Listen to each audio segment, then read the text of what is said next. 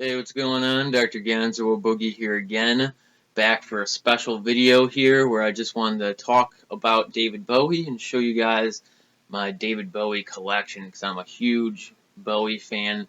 And I don't know if you guys have already heard the sad news, but recently David Bowie passed away a few days ago, and I just found this news horrible. It really hit me when I heard this because I've been a huge Bowie fan for years now, and he's one of my favorite musicians, singers, songwriters, artists, whatever you want to classify him as. And when I heard this news, it really did feel like somebody that I knew personally passed away because I've listened to all Bowie's albums, I've watched tons of videos, interviews with him, and I just felt like I really knew the guy, and just hearing this, I think out of all the recent celebrity deaths or whatever, this is the one that really hit me the most just because I've been such a big Bowie fan. His music has really helped me in my life, and it's been a big inspiration for my own music and artwork that I make, and I just really find this news sad, but, I figured, why not do a little video talking about some of my David Bowie stuff that I have in my collection.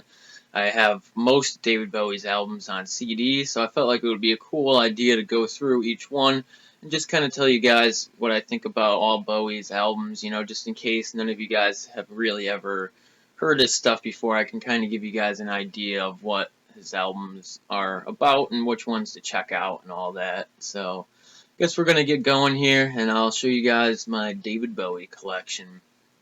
So first off here, we got David Bowie's first solo album, even though he did put out an album before this, but it was under the name like Davy Jones or something like that. But this is his first album as David Bowie.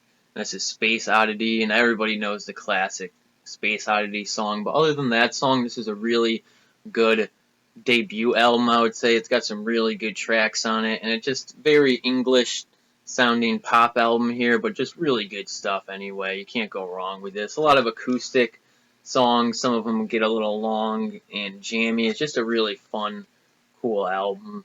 Really think this is a good start in David Bowie's discography. You can't go wrong with that. Then here's David Bowie's second album, The Man Who Sold the World. Really like this album. I would say out of David Bowie's earliest albums, like his first 3 or 4 albums, this is probably my favorite one. I just really like a lot of the songs on this, and you guys may know the song The Man Who Sold the World. Nirvana did a cover of that in their Unplugged, and they did a really wonderful cover of it, but that song came from this Bowie album, and it's probably one of the better songs on the album too. Just a really classic album here from Bowie. Can't go wrong with this. Right, David Bowie's third album, Hunky Dory. I would actually have to say this is probably my least favorite out of his first 3 albums. I just was never able to really get into it. The styles of music that he was putting onto this album has just never been my favorite era of Bowie, I guess you can say. But it is a really good album, and it had a lot of well-known songs from Bowie on here, like Changes and Life on Mars. So it's definitely an album worth checking out for sure.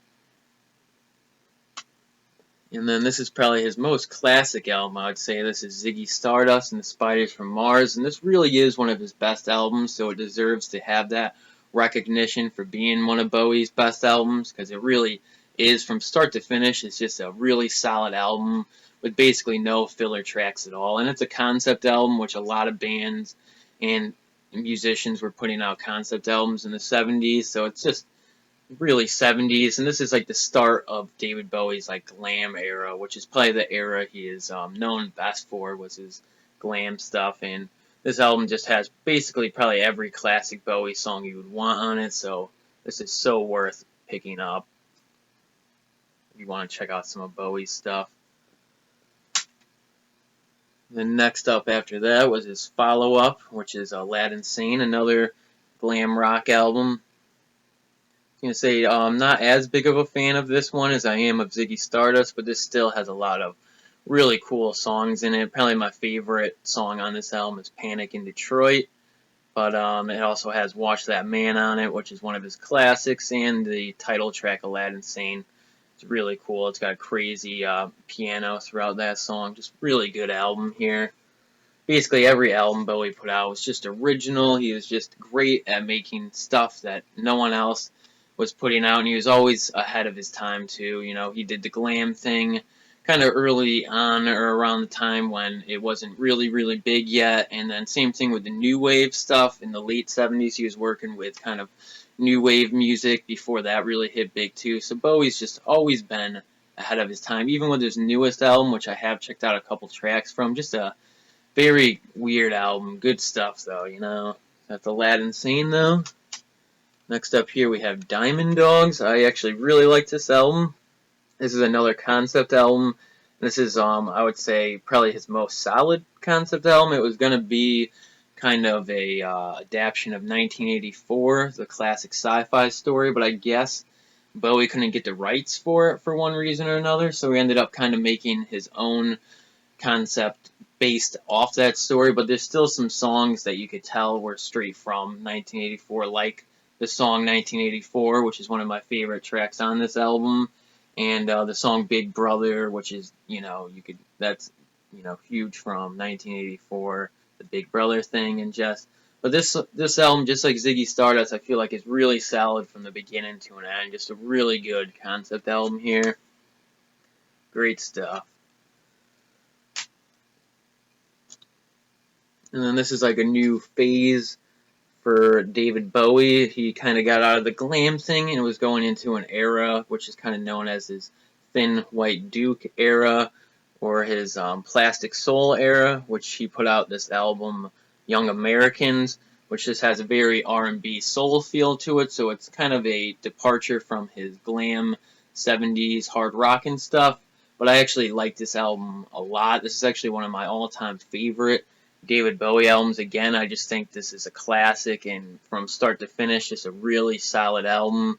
Some of my favorite songs on this album are probably Young Americans, Somebody Up There Likes Me, and Fascination. Just really solid album here. One of my favorites from him, actually. And then this album is kind of like a transition album. This is Station to Station. And I'd say this transitions from his Thin White Duke, Plastic Soul era into the new wave, experimental era, ambient era that he was about to go into. And this is a good transition album for that.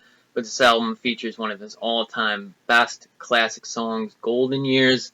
So would highly recommend checking out this album for that.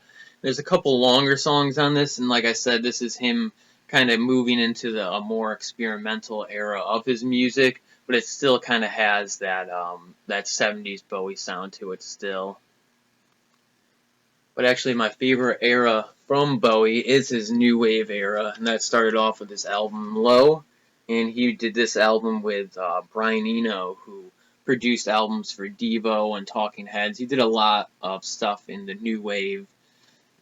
He did a lot of new wave music and production work in the late 70s and made a name for himself with that. And Brian Eno worked with David Bowie on this album and his next couple albums, and those just happen to be my favorite albums from Bowie.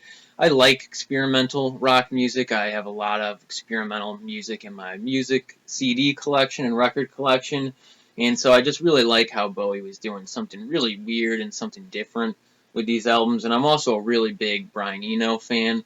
And the cool thing about this album, Low, and his next album, Heroes, is they're a mix of like regular new wave music plus like ambient tracks. Like the first half of the album would be mostly, pop songs, a couple minutes long, and then the second half of the album would be longer ambient songs. And he did that formula with Low and Heroes.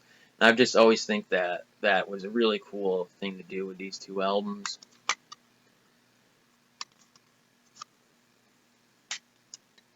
And here we go with Heroes, and this is probably my all-time favorite David Bowie album, because not only does it have Brian Eno on it as a musician, it also has Robert Fripp, the guitarist from King Crimson, on it, which King Crimson is one of my all-time favorite bands ever. So this album just has three of my favorite musicians and artists ever working on it, and it's just one of my favorite albums of all time.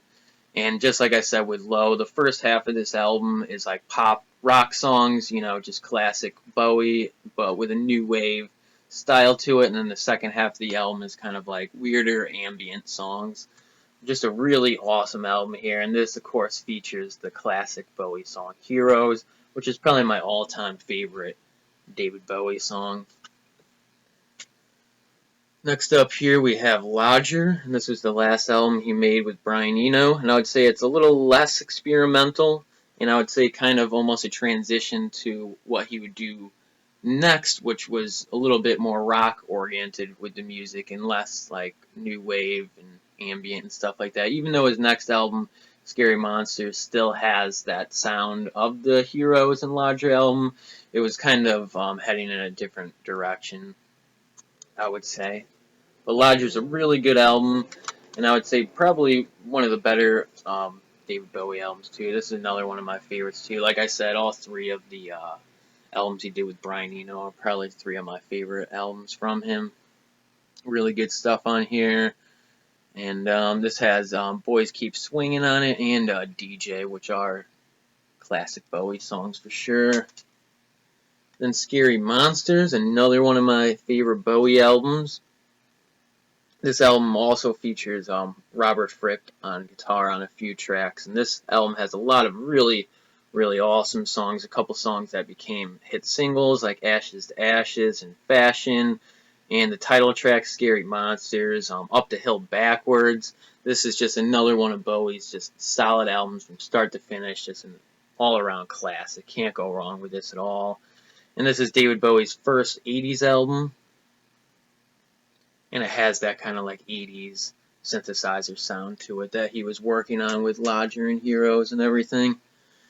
Alright, and then this is the last album I have from Bowie on CD, and it's Let's Dance, which this is probably his second most well-known album after Ziggy Stardust, if not his first, because this has a lot of his real classic singles on it, like Let's Dance and China Girl.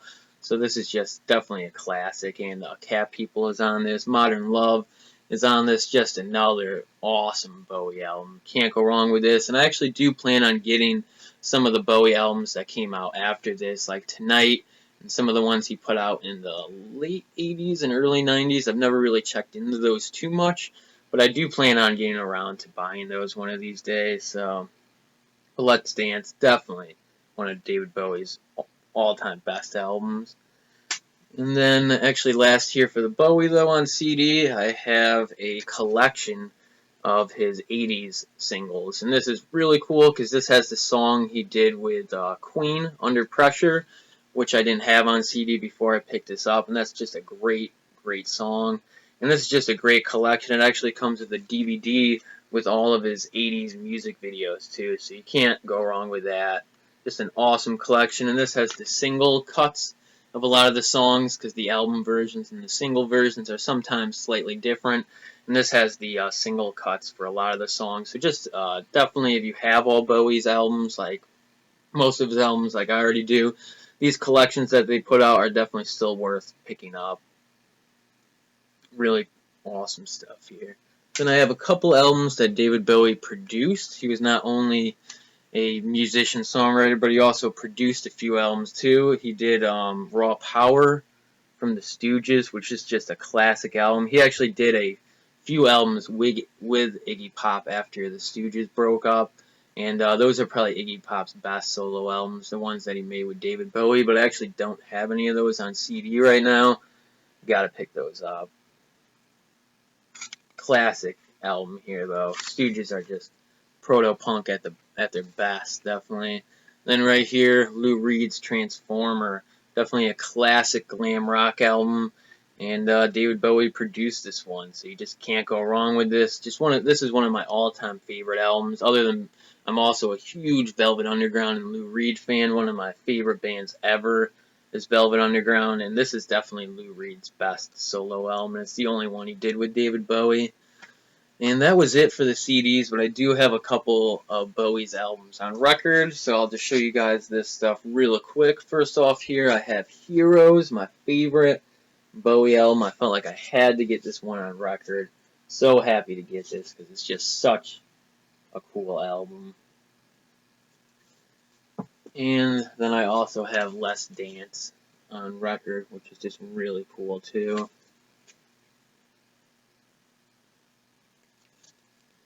Alright, but that was it for the Bowie collection. And again, just can't believe the news that Bowie passed away. I just can't believe that Bowie is no longer here with us. Just a sad way to start off the year.